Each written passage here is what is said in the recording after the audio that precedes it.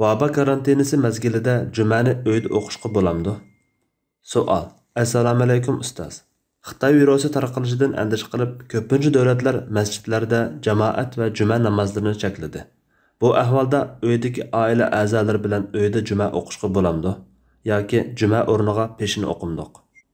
Javob. Va alaykum assalom va rahmatullohi va barakatuhu. Barliq hamd sanolar Janobi Allohga bo'lsin. Shundaqla payg'ambarimizga, oila tavobatlarga va uningga toki qiyomatgacha ergashganlarga durud salomlar bo'lsin.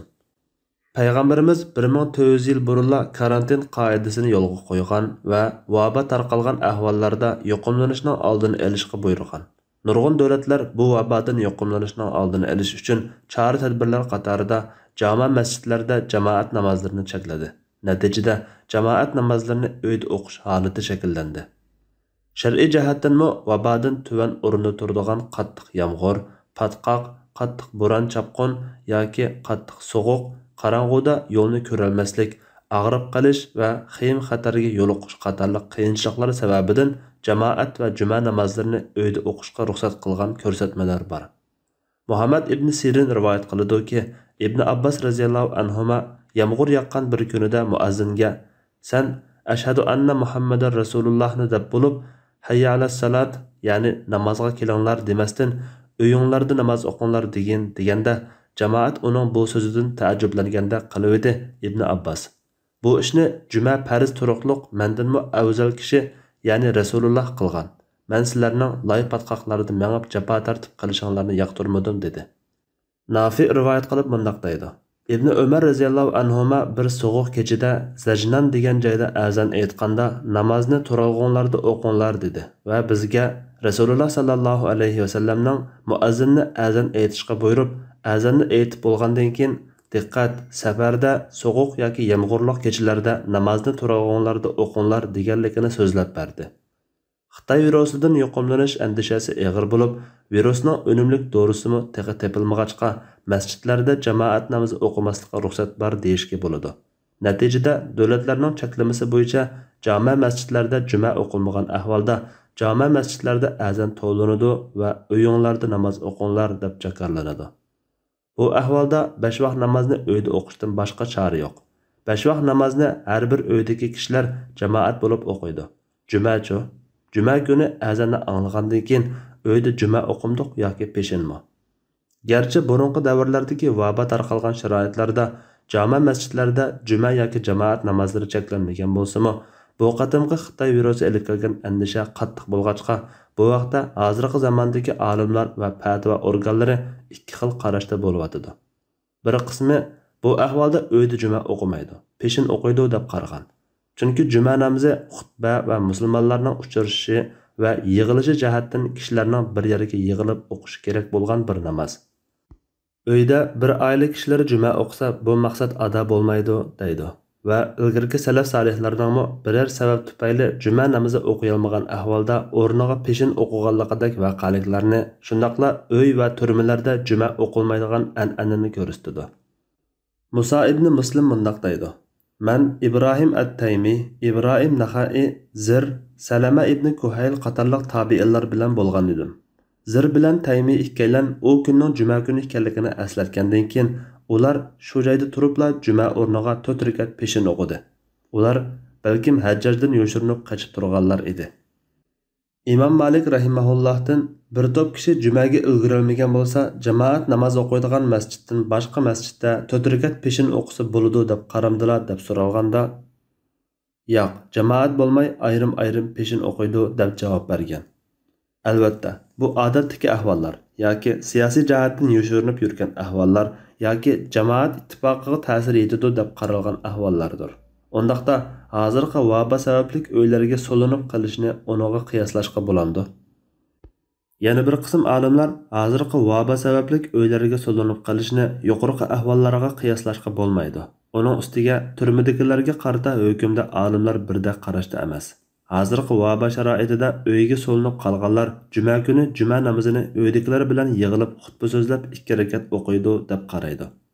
Chunki juma kunida juma o'qish buyrug'i masjidni shart qilmagan, uylarni mustasno qilmagan. 5 vaqt namozni o'zir bo'lganlikdan uyda jamoat bo'lib o'qishga bo'ladigan bo'lsa, jumanimi o'qishga bo'ladi Albatta, bular odatdagi ahvollarda emas.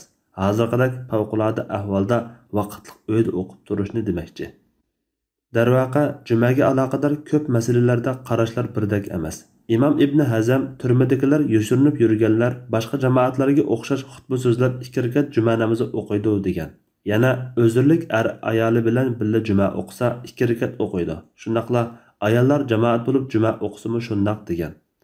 Aslida olimlarning juma namozi uchun bekitgan shartlar to'g'risida o'rin, son va boshqa ishlarga munosabatli nurg'un shartlar bo'lib, buning ko'pinchisida olimlar qarash birdakligi yo'q. Bularni bayon qilmoqchi bo'lsak, gap uzrab ketadi. Masalan, juma namozi jamoatda bo'lish uchun ma'lum son sharti bormi degan masalaning o'zida 15 xil qarash bor. Shunga kamini bu fatvoda dalillarni tafsili bayon qilib o'zgartirib o'tmasdan, bu masalada 2 xil qarash borligini ixchamlab bayon qilish bilan kifoyalandim. İmam Shavkani bu shartlar ustida to'xtalib mundaq deydi. To'g'risi shuki, juma namozi Alloh taolaning farzlaridan bir farz, islom belgilaridan bir belga, namozlardan bir namoz.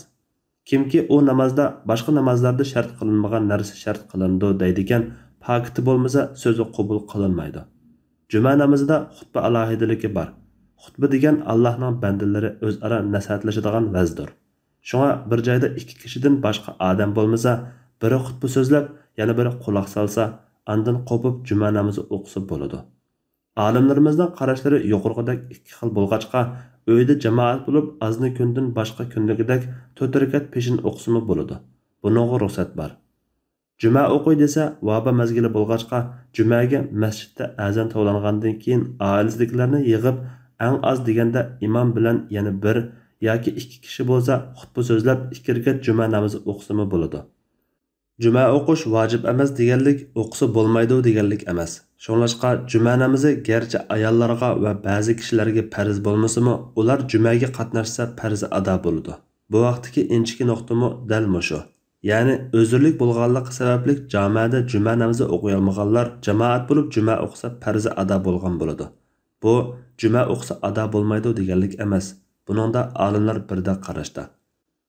İmam Shafi'i bu vaqtda mundaq deydi. Men juma farz emas degan turmadagilar, ayollar, sabiylar va qullar qatorliq kishilar agar juma namoziga qatnashib qolsa 2 rakatla o'qiydi. Agar jumaning 1 rakatiga o'girib qolsa 1 rakat to'liqlab o'qiydi. Buning bilan jumasi ado bo'ladi. Ularga juma farz emas.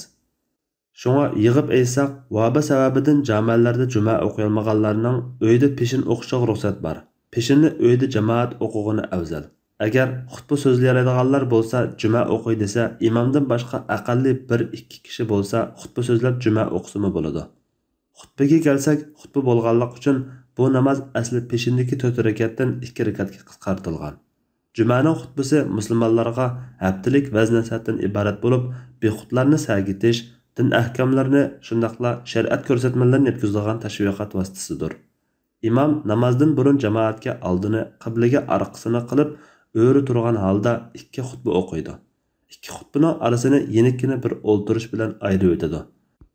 5-10 minut vaz qila olmasa, biror diniy kitobdan o'qib bersami bo'ladi. Xutbaga biror oyat o'qisa yoki biror hadis so'zlasa yoki Allohni zikr qilibla yoki tasbih aytibla jumani o'qisa bo'laverdi. Shu qilgani xutbaga hisob bo'ladi. Alloh eng to'g'risini bilguchidir. Fatvoda Doktor Abdul Aziz rahmatulloh. Fatvolar majmuasi 3-tom.